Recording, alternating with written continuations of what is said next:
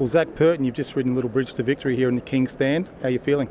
At the moment I'm feeling fantastic. It's a great experience. It's good to be here, and to win a race is even more special.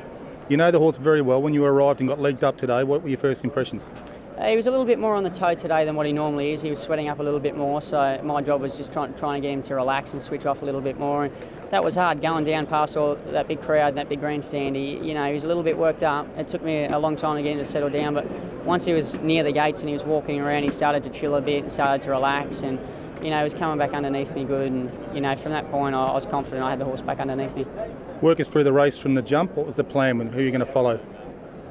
I didn't really have a plan. Danny and I spoke about a few different things that might happen. In the end, he just said he'd leave it up to me, and I said I'd just ride the race on feel, and that's what I was going to do. I knew there was a couple of horses in the race that showed a bit of speed, and I was surprised I was the first out of the gates, and leading them up early. It's the only place I didn't really expect to be. So he had his ears pricked. He was relaxed. I let him come back underneath me, gave him one to follow, and that just took me into the race, took me to the top of the rise, which is where I wanted something to take me to and where I wanted to wait to. And then when I pressed the button, I knew what I'd have left, and the right horse turned up today, and I'm just happy for the horse, happy for Hong Kong.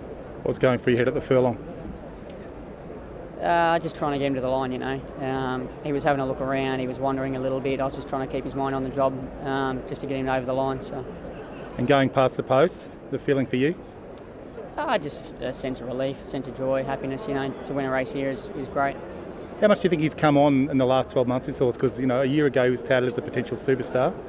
Yeah, he's come on a lot more so in the last 6 months. 12 months ago, even 2 years ago, I rode him in the Hong Kong sprint, and at that time I thought he was only 12 months away, and then he ran in the sprint again last year, and it's just taken him a little bit longer to fully furnish into a nice horse. And in the last 6 months he's taken another step. He's improved 3 lengths, and we're seeing the results of that now.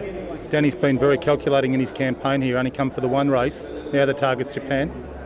Yeah, obviously racing against Black Caviar is a bit of a non-event.